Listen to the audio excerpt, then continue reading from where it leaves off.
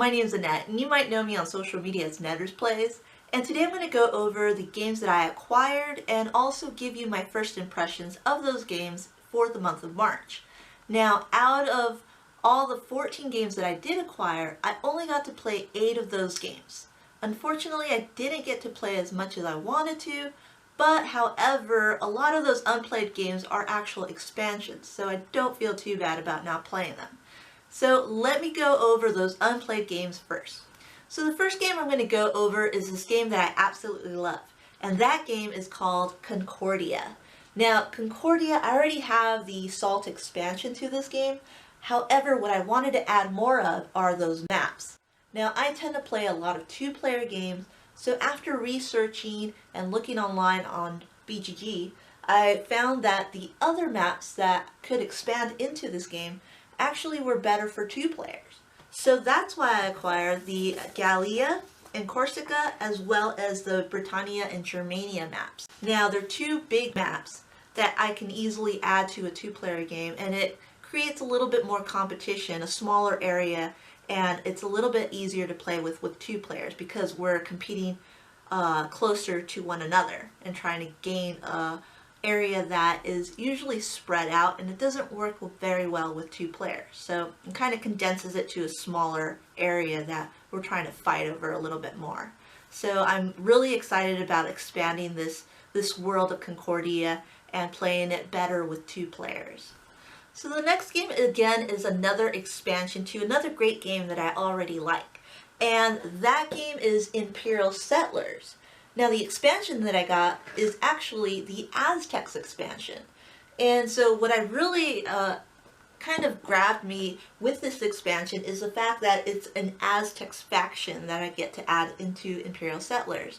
Now, there's not a lot of Latino representation in games, so I was really looking forward to this game. Not only that, but there's also llamas on these cards, so I definitely was looking forward to acquiring those cards and adding this new faction to an already great game. And if you're not familiar with Imperial Settlers is just an engine building game where we play different factions and we go ahead and just build our worlds, and we're all in competition to see who can have a better world that produces more efficiently than the other player. So I was really excited about expanding that game with this new faction, and it also adds a couple more cards to every other faction in this already existing world. So I'm really looking forward to the Aztec expansion for Imperial Settlers. So this month I was acquiring a lot of expansions, and another expansion that I also acquired is for this game called Qwixx. Now, Qwixx I absolutely love. It's a 2 to 4 player game, and it's dealing with dice allocation, and it's dealing with all these different cards and events that happen, and it's really an interesting and great little game.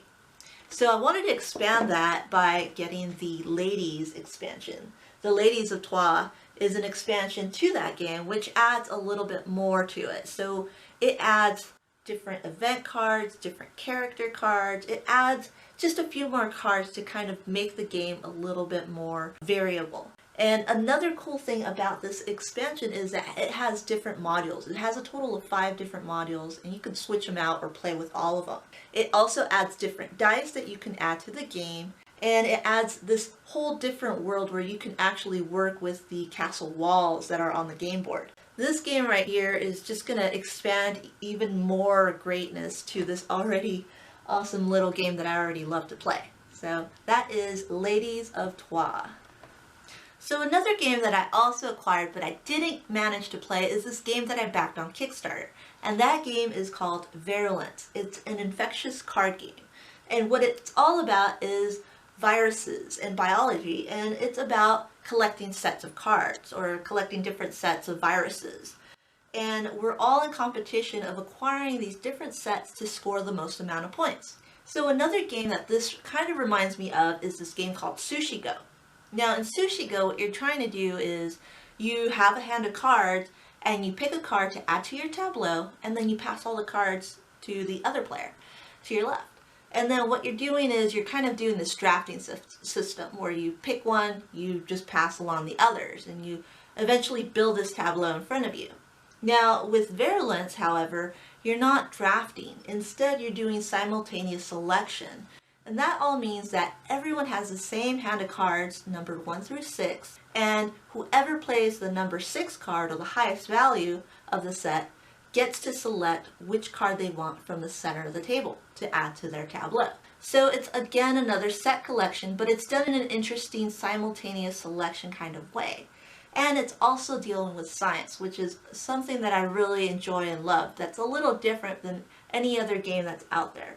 So definitely if you're into science, biology, and set collection, and just having a good time with introducing games to new players, I would definitely pick Virulence as that kind of game.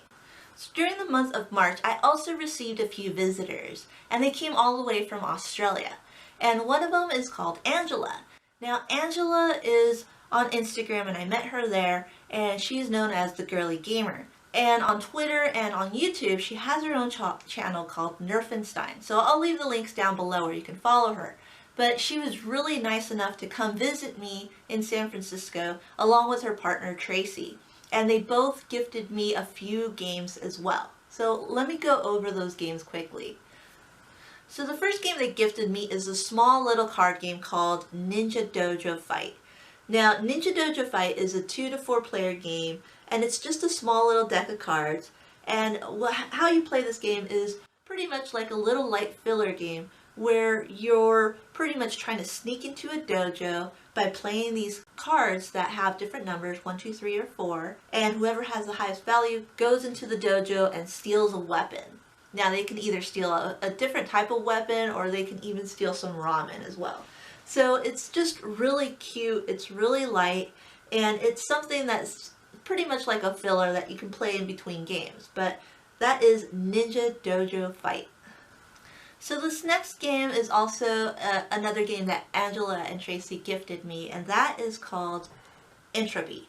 Now, Entropy is a game where I was actually interested in Kickstarter, but I didn't back it, and I'm really excited that I actually got a copy from them.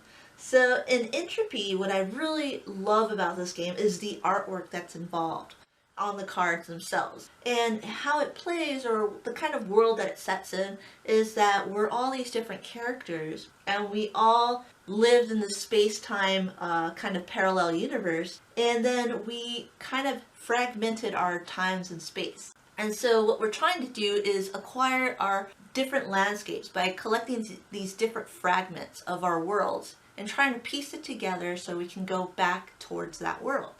So we're all in a race to try to piece together our sets of these different landscapes. As an actual game itself, though, how does that play? So the cool thing about this is that everyone has the same set of action cards. It's a really simple game where you can play in like 20 minutes or so. And what you do is, on your turn, you pretty much play an action, and you see if you can complete that action, because you can potentially play the same action as another player.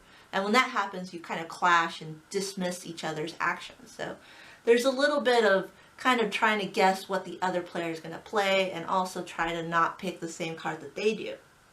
And then what you're trying to do with those actions is collect the set of cards from the center of the table to piece together your own landscape. It's really interesting, and I really love the artwork behind this game. So I'm really looking forward to placing this on the table, eventually playing it out too. So that is Entropy. So another game that Angela and Tracy gifted me is this game called Robots and Rockets. Now, Robots and Rockets is again another small little card game that I can play in like 20 or 25 minutes. It's a small little filler game.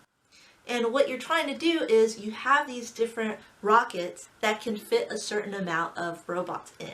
So you have these different sets that you're trying to fill up these seats in these rockets. And so on your turn, you have these different robots in your hand, and you're trying to play these robots into these different rockets. And once the rocket's filled, then you collect that whole bunch of cards. And they're all different colored robots, and what you're trying to do is collect as many of these different types of colors, because that's what you're going to score points on. If you collect the most red, then eventually you'll score the red cards.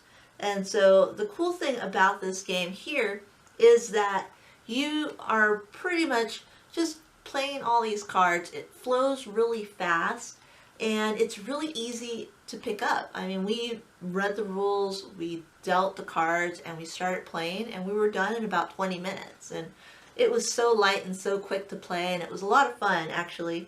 And I was really impressed with this little card game. So if you're looking for a quick, light filler, and I haven't heard too much about this game, but I really enjoyed it. It's a little on the luck side of what you draw, but it's just a quick little filler game that, you know, that really surprised me. And that game is called Robots and Rockets. So a game that I also managed to play, and I backed it on Kickstarter, is this game called Ahead in the Clouds by Daniel Newman. It's a button-shy game, and what that publisher is mainly known for is creating these small little cards, games that you can easily just put in your pocket and go. So they're these small micro games. Now, don't let the size confuse you, because it actually is an interesting game.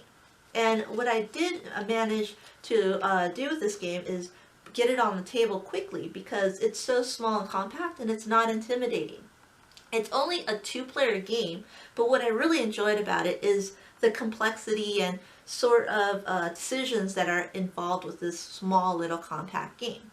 What you're trying to do is you're trying to put these buildings together in the sky, and they're all linked up by these different roads in the clouds, and then you're trying to collect these different resources and kind of convert them into other resources. So it's like a resource management type of game. You're trying to collect these different sets in order to complete these different contracts.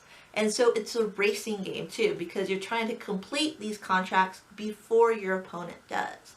So it involves a little bit of speed and efficiency as well. So the cool thing about this Kickstarter version is that it comes with the base game, but it also came with these extra cards and even these small little tokens as well. And it doesn't need it, but it's really cool that it actually increases the amount of gameplay with just a few cards. And so I'm really interested in trying this out along with the solo version that it comes with. I haven't tried the solo version, so I'm interested in trying that out too. So that is Ahead in the Clouds.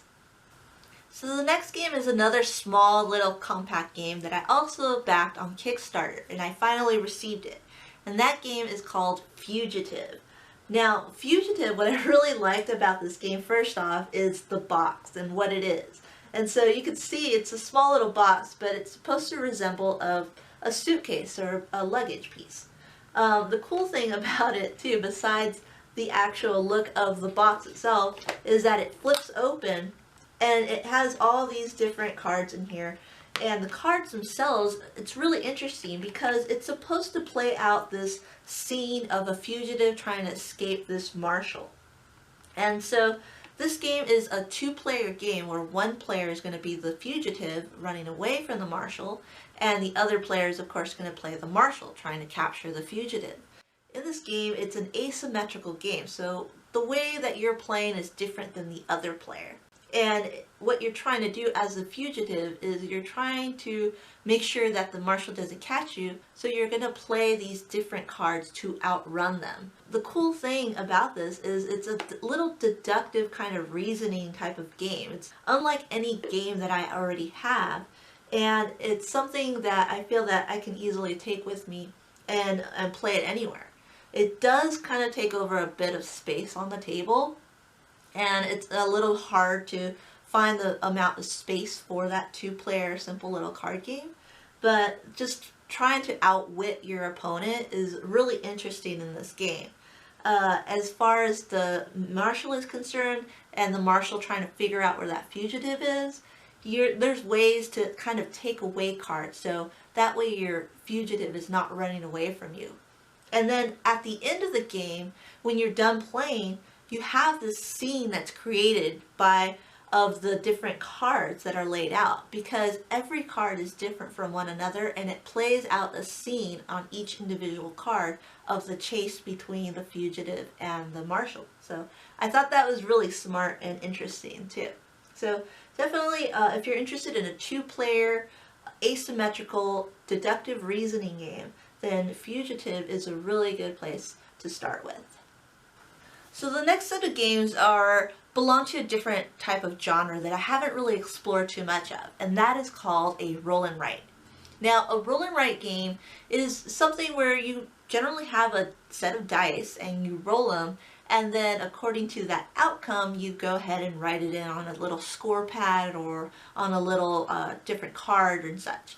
So you're trying to just play a lot with the luck of the roll and try to be as efficient as you can on your little scoring pad or your little writing pad. So the first game that I'll talk to you about in that genre is called Rolling America. So one thing that I really like about Rolling America is that it plays 1+ players. So I can play this solo, I can play it with one other person, or I can even play it with 10 or 20 people. It doesn't matter as long as you have enough paper to play with.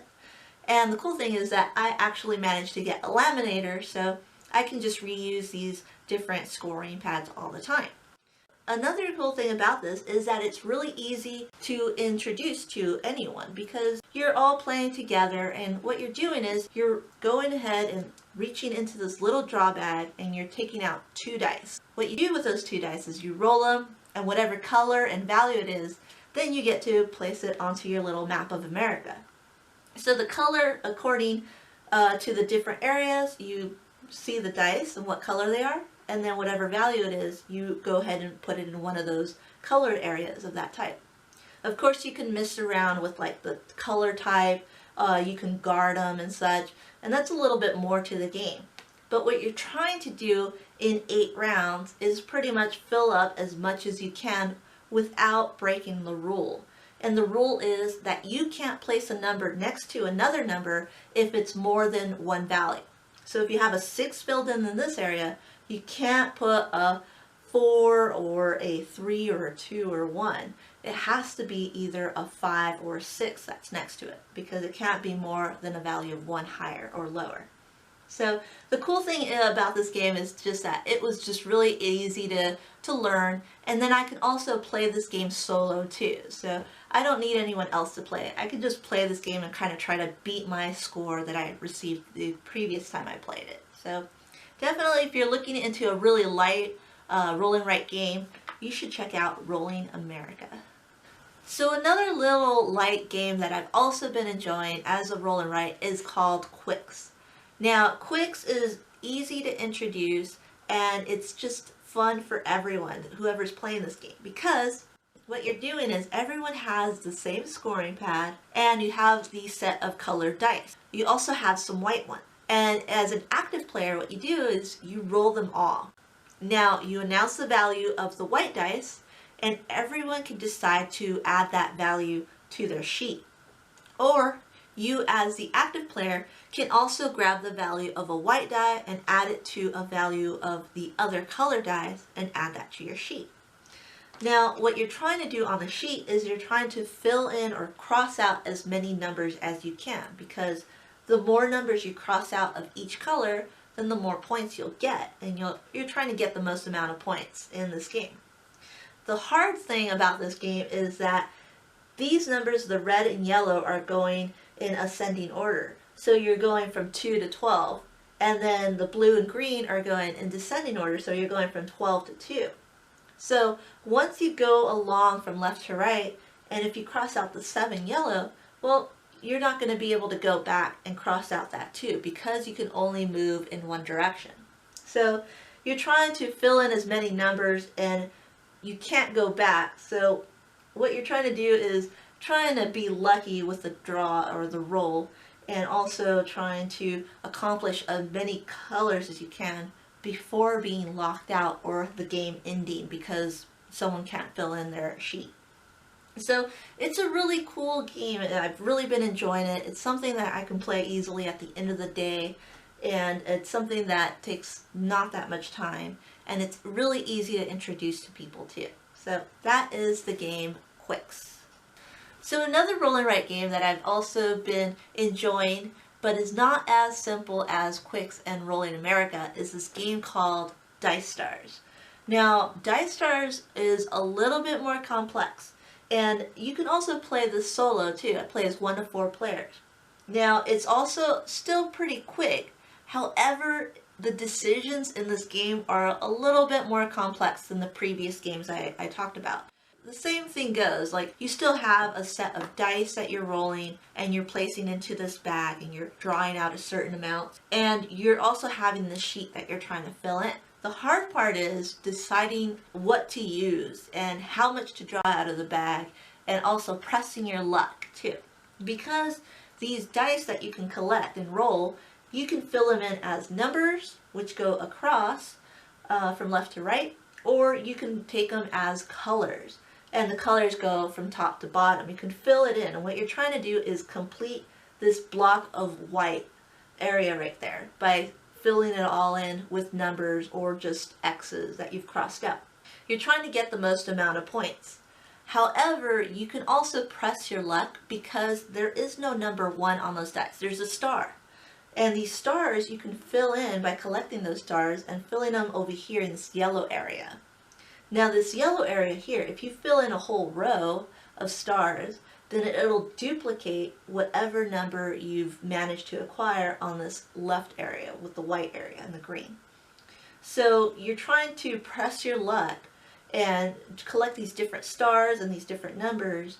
But the thing is, if you don't fill in a row of stars and you have like one more that you can't fill in, then all the value of those numbers on the left becomes 0. So you get nothing for those.